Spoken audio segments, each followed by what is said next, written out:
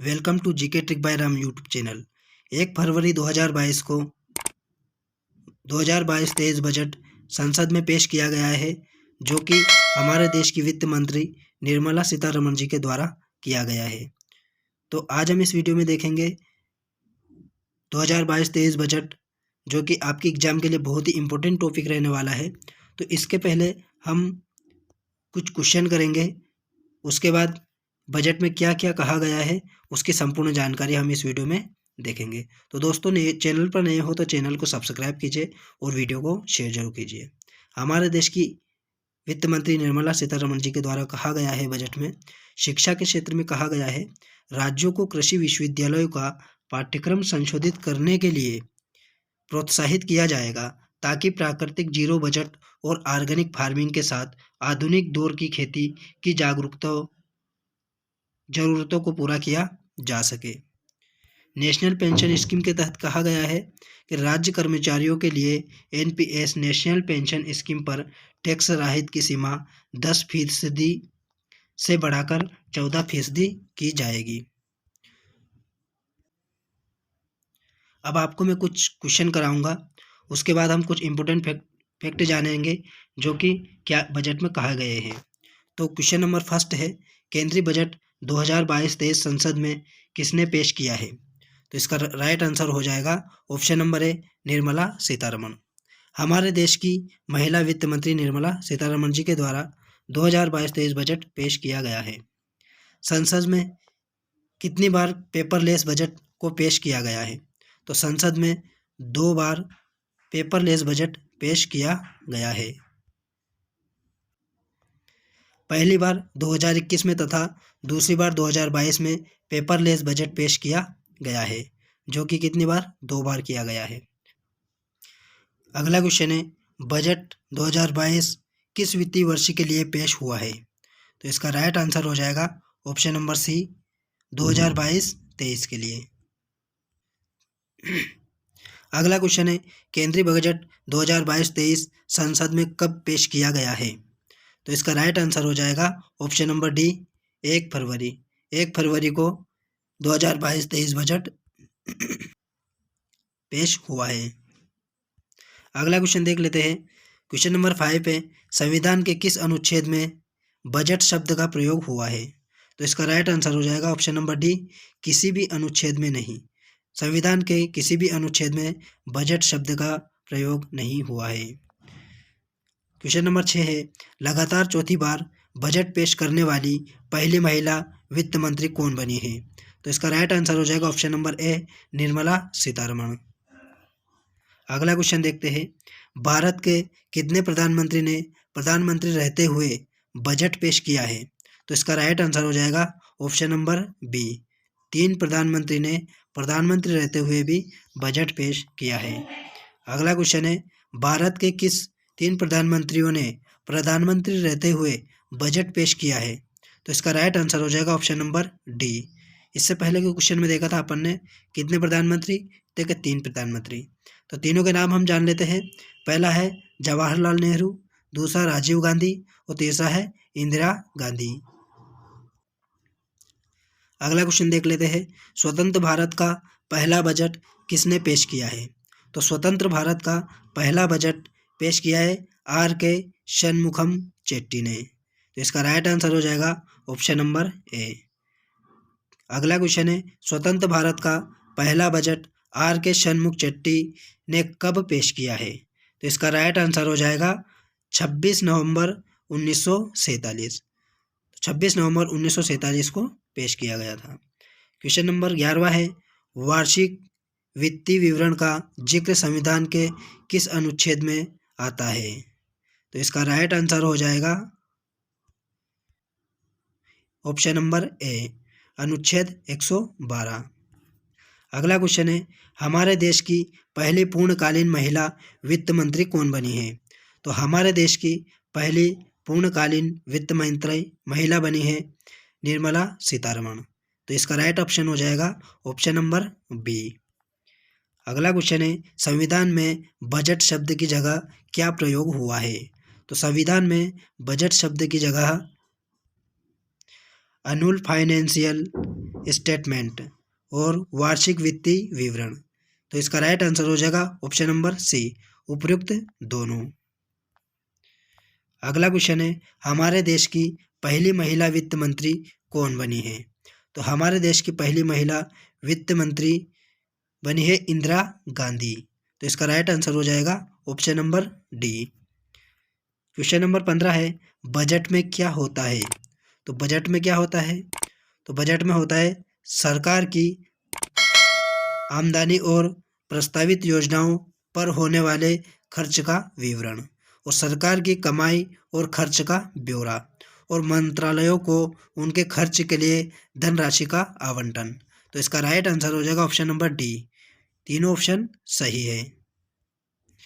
अगला क्वेश्चन देख लेते हैं, बजट शब्द का अर्थ क्या है? तो बजट शब्द का अर्थ है चमड़े का थैला। तो इसका राइट आंसर हो जाएगा ऑप्शन नंबर ए।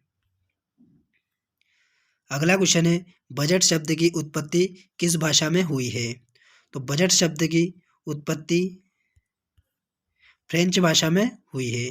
तो आपका राइट आंसर हो जाएगा ऑप्शन नंबर बी। दोस्तों, आपको अगर डेली करंट अफेयर पढ़ना है तो चैनल को सब्सक्राइब जरूर करें। अगला क्वेश्चन है, भारतीय बजट व्यवस्था का जनक किसे कहा जाता है? तो भारतीय बजट व्यवस्था का जनक जेम्स विल्सन को कहा जाता है। तो इसका राइट आंसर हो जाएगा ऑप्शन नंबर ए। अगला क्वेश्चन है, भारत में पहला बजट किसने पेश किया है? तो भारत में पहला बजट पेश किया है ईस्ट इंडिया कंपनी के जेम्स विल्सन ने। तो इसका राइट आंसर हो जाएगा ऑप्शन नंबर बी। अगला क्वेश्चन है, भारत में पहला बजट कब पेश किया गया था? तो भारत में पहला बजट 18 फरवरी 1860 को पेश किया गया था। अगला क्वेश्चन है, गणतंत्र भारत का पहला बजट किसने पेश किया था? तो इसका राइट आंसर हो जाएगा option number A, John Mathai. John Mathai के द्वारा भारत का पहला बजट पेश किया गया था। अगला क्वेश्चन है, गणतंत्र भारत का पहला बजट कब पेश किया गया था? तो गणतंत्र भारत का पहला बजट 28 फरवरी 1950 को पेश किया गया था। तो इसका राइट आंसर हो जाएगा ऑप्शन नंबर बी। अगला क्वेश्चन है, सबसे अधिक बार बजट पेश करने का रिकॉर्ड किस नेता के पास है? तो सबसे अधिक बार बजट पेश करने का रिकॉर्ड मोरारजी देसाई के पास है। तो इसका राइट आंसर हो जाएगा ऑप्शन नंबर ए। अगला क्वेश्चन है, अंतरिम बजट को क्या कहा जाता है? तो अंतरिम बजट को कहा जाता है मिनी बजट और वोट ऑन अकाउंट। तो इसका राइट आंसर हो जाएगा उपयुक्त दोनों, ऑप्शन नंबर सी। तो दोस्तों, हमने सारे क्वेश्चन इसमें कर लिए हैं। अब हम इसमें कुछ इंपॉर्टेंट टॉपिक देखेंगे जो कि बजट में कहे गए हैं। तो क्या क्या कहा गया है, डिजिटल करेंसी के बारे में क्या कहा गया है, ये हम जान लेते हैं। डिजिटल करेंसी के बारे में कहा गया है, वित्त मंत्री ने अपने बजट भाषण में ऐलान किया है कि वित्त वर्ष 2022-23 के दौरान Bharat reserve bank RBI digital currency की शुरुआत करेगा। और क्या कहा गया है, ऐसा डिजिटल करेंसी को निर्मला सीतारमण ने डिजिटल रूपी यानी कि डिजिटल रुपया भी कहा है। क्रिप्टो करेंसी और एनएफटी के बारे में क्या कहा गया है बजट में, कि वित्त मंत्री निर्मला सीतारमण जी ने वर्चुअल डिजिटल एसेट्स यानी दो करेंसी और एनएफटी से होने वाले आय पर 30% की दर से टैक्स लगाने का ऐलान किया है। अगला देख लेते हैं, विकास दर पर क्या कहा गया है।